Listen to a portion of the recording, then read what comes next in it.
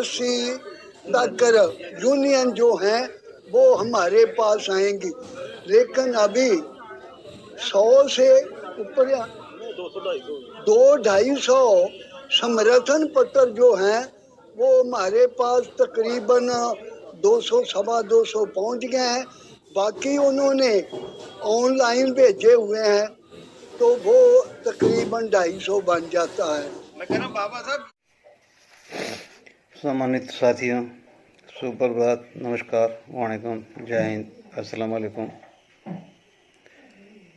मैं वेटनर ओम प्रकाश। दोस्तों, कल सरकार ने एक बहुत ही दुखद घोषणा की है, जो कि हमारे जितने भी सर्विंग सोल्जर है, जो जेशू जुआर है, क्योंकि वो जो पॉलिसी अब निकालने जा रहे हैं वो अब अफसरों पे वो पॉलिसी लागू नहीं है, ओनली जेशू जुआर तक है। क्लियर लेटर निकला है और वो लेटर में 30 अप्रैल तक फाइनल डेट दी गई है। अगर आप अपनी कैटेगरी से अपन करवा सकते हो तो करवा लो, नहीं तो फौज से आउट कर दिए जाओगे।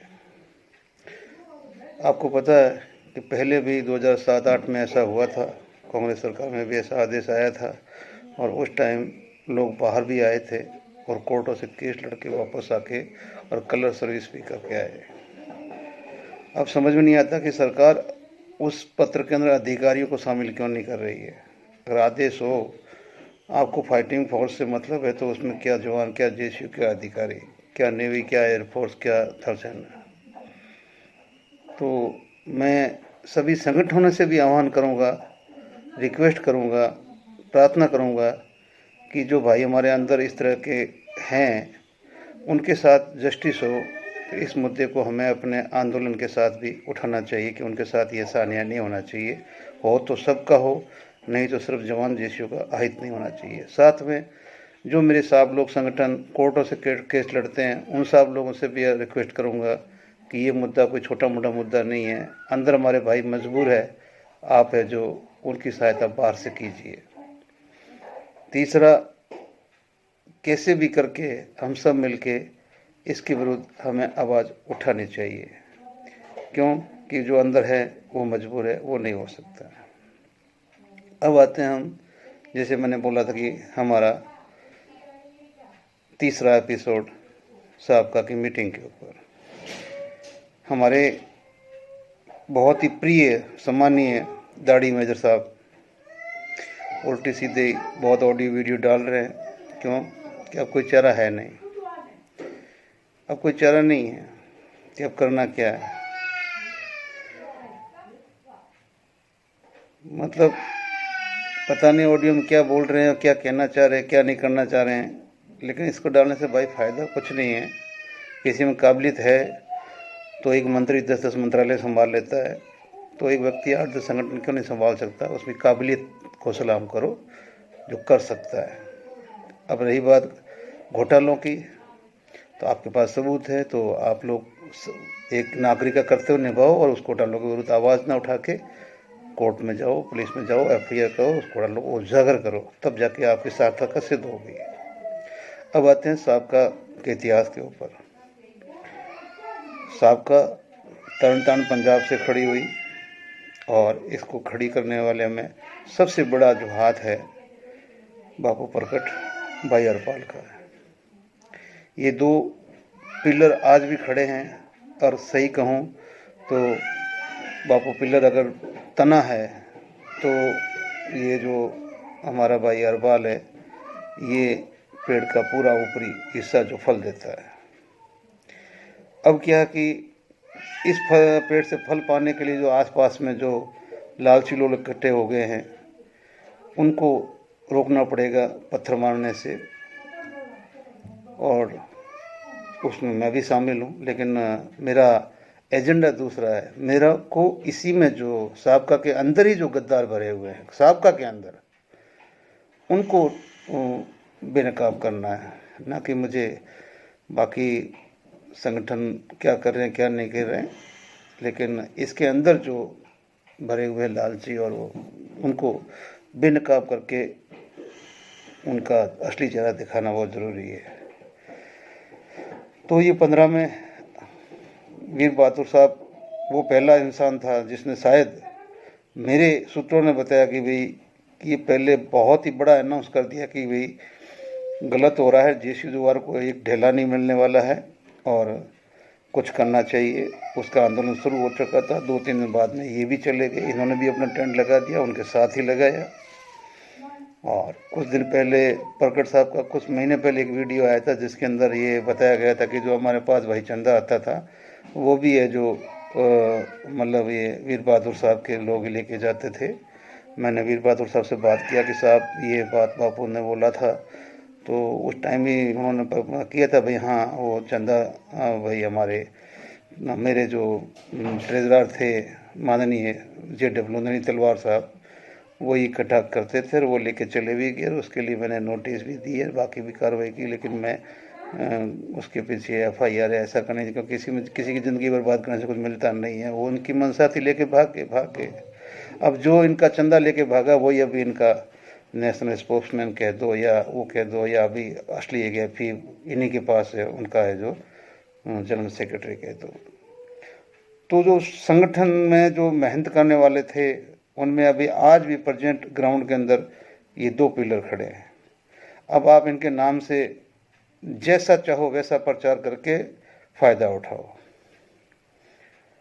लेकिन अब यहाँ पर मैं और आगे जाना चाहता हूँ कि जब 15 में ये डिक्लेयर कर चुके थे वीर बहादुर साहब की भी फ़ायदा नहीं होगा हमें कुछ भी, और कई लोगों ने और भी किया, तब जाके थोड़ी सी भावना पैदा हुई कि भाई हमें कुछ अलग होना चाहिए। फिर भी लोग मेजर जनरल सतवीर साहब के साथ चलते रहे, अलग नहीं हुए, वरना साहब के पीछे चले। साहब के पीछे नहीं चले लोग। इन्होंने इतना बड़ा त्याग बलिदान या जो जैसे भी है, भले इनका एजिटेशन तोड़वाया गया हो, कुछ भी किया हो, लेकिन वो चीज़ भूली नहीं जा सकती। लेकिन लोग फिर भी इनके साथ नहीं चले, उसका कारण मैं नहीं जानता, और कई सालों तक नहीं चले। जब ORP 2 आ गया और वो जब जनवरी 22 के अंदर एक्सपोज हुआ कि भाई अफसर सब ले गए, तब ये इस बात सत्य सिद्ध हो गई।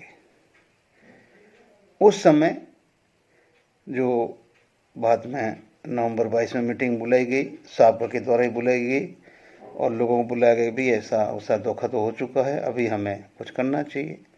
और लोग मेजर जनरल तलवार साहब से खौफ खाए बैठे थे, तैयार थे, उनको प्लेटफॉर्म चाहिए था। और साहब का तहे दिल से धन्यवाद। किसका? साहब का के उन 2 पिलरों का। बाकी जो अपने एक हरियाणा के प्रदेशाध्यक्ष भी है उसमें, जिनको प्रकट साहब ने अपने शब्दों में बोला था कि लड़का है नया नया आया हमारे पास और बोला भी मैं काम करना चाहता हूँ, तो मैंने इनको हरियाणा का प्रदेशाध्यक्ष बना के बोला जा भाई हरियाणा में काम कर। लेकिन हरियाणा में जब इनकी किसी ने सुनी नहीं, तो कुछ बुजुर्ग जो आज 75, 80, 85 साल के वो भी है, इनकी उंगली पकड़ी और इनको हरियाणा के अंदर स्थापित किया कि भाई ये लड़का है, लड़ेगा और वो है। उनमें से आज एक भी बंदा इसके साथ नहीं है। क्यों? कि जिसने भी उंगली पकड़ी उसी को इसने लात मारी, मुंह से अच्छी अच्छी उपाधियाँ दी। तो ये तो इसका नेचर है। अब क्या करोगे, जो बाई पर जो नेचर मिला है उसको या जो संस्कार मिले हैं वो मिट नहीं सकते। तो वहाँ पर साहब का ने जब अरवाल ने भाई ने सब डिक्लेयर कर दिया, प्रकट साहब ने बताया भाई हमें लड़ना तो पड़ेगा, जबकि सबसे पहले 15 में साहब का एक सबसे बड़ा एजेंडा था जिसमें थे पाकिस्तान के युद्ध बंदी, वो पीछे रह गया। फिर बाद में फिर आगे सिर्फ पैसों का मसला आ गया। मतलब जो जिस एजेंडे के लिए तरण तारण से निकले थे कि हमारे युद्ध बंदियों के लिए भारत सरकार के ऊपर दबाव डाला जाए, और क्योंकि नई नई सरकार बनी थी और बहुत ही इसके बारे में प्रचार हुआ था, प्रसार हुआ था, रेवाड़ी में रैली हुई थी, तो साहब का ने एक पवित्र बहुत ही जो मुद्दा बहुत ही पुराना जो समझ लो कि 71 के हमारे युद्ध बंदी थे उनको छुड़ाने के लिए इनका पहला पॉइंट था, मतलब जो इसके लिए हम सैल्यूटेबल है, सैल्यूट करते हैं। अब थोड़ा हम आगे बढ़ते हैं तो लोग इसके साथ चल दिए और 20 तारीख को पहलवान साहब भी इनके साथ मिल गए और पहलवान जी ने भी इनको अपना जितना भी सहयोग था 20 तारीख को दिया, 20 फरवरी को, और हमारा मंच माइक दरी सब कुछ लग गई। साहब ने अपना स्टार्ट कर दिया और जो लोग सारे जागरूक थे कि हमारे साथ धोखा हुआ है वो जंतर मंतर में पहुंच गए।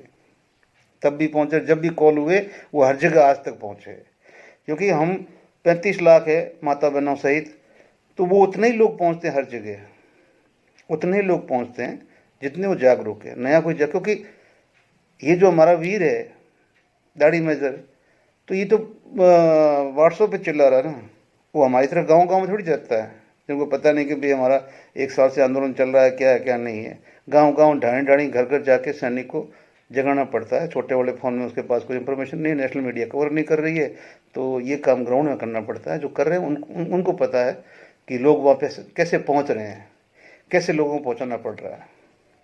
उदाहरण दूंगा, कोई भी व्हील होता है ना, उसमें एक धुरी होती है, वो व्हील उस धुरी के ऊपर चलता है। धुरी व्हील पूरा देश था, धुरी साहब का थी, लेकिन उसके अंदर एक बेरिंग होता है, उसका भी ऊपर से कवर होता है, लेकिन बेरिंग भी चलने के लिए अंदर छोटी छोटी गोलियां होती है। वो गोलियां उस बेरिंग को रन करती है। तो ये उन गोलियों को भूले हुए हैं जो गोलियां जंतर मंत्र पे इस आंदोलन को सफल कर रही है।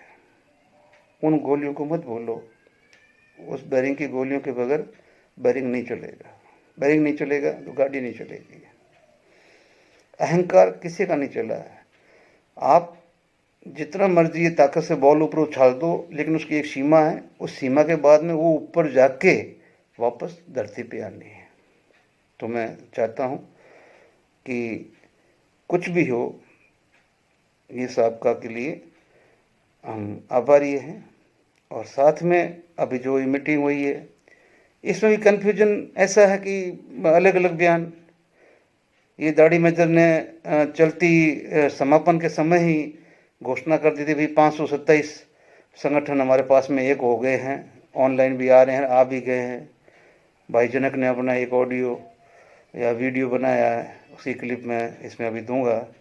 तो वो 200 संगठन बोल रहे हैं।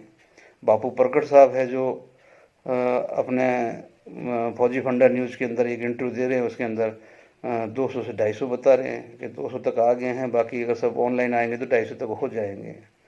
लेकिन कल ही कोसाल साहब ने सही स्थिति बताई कि भाई 100 संगठन हमारे साथ जुड़े हैं। अब कौन सही कौन गलत है, मुझे मतलब वो साहब का संघर्ष कमेटी जाने। अब मैं इतना ही कहना चाहूँगा कि भाई एकता में बल है, आपस में मत लड़ो। एकता से हमें आगे बढ़ना है, एकता के बगैर कुछ नहीं हो सकता है। मेरी बात अब भी मानो, भले ही काम अकेले करो तो ऐसा करो कि आपकी गूंज सरकार तक पहुंच जाए। अगर एक आदमी भी ऐसा काम कर लेता है एक्स सर्विसमैन के लिए, पूर्व सैनिकों के लिए, माता बहनों के लिए, वीरांगनाओं के लिए, एक आदमी भी ऐसा काम कर लेता है कि सरकार का हृदय कांप उठ सकता है, और जो हम लाखों आदमी इकट्ठा भी नौके नहीं कर सकते हैं। इसलिए चाहे आप अलग अलग काम करो, लेकिन एक दूसरे की मत टांगें खींचो, ना ये करो, ना ये कुर्सियाँ आपके साथ जाएंगी, ना पद साथ में, कुछ भी नहीं जाएगा। और जैसे कि बापू प्रकट का एक शब्द है जो शायद कम लोगों ने पकड़ा है, वो हमेशा ही क्या बोलते हैं, वो कभी संगठन नहीं बोलते हैं, मेरी संगत।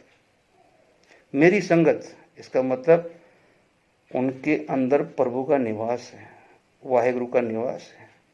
वो संगत ही बोलते हैं, कभी वो नहीं बोलते हैं कि भी मेरी संगत चाहेगी, तो मेरी संगत चाहती है, या मेरी संगत ने ऐसा दिया है, और मेरी संगत नो सत श्री अकाल। संगत वर्ड कितना पड़ा है, उसका मीनिंग क्या है, वो दाढ़ी मेजर आप नहीं जान सकते हैं। तो धन्यवाद। अभी मैं भी आपसे यही कहूँगा कि इस वीडियो को आगे बढ़ाओ भाई। क्या आप ये सोच रहे थे कि भाई ओम प्रकाश आपको रिक्वेस्ट करेगा तभी आप लाइक या शेयर करोगे?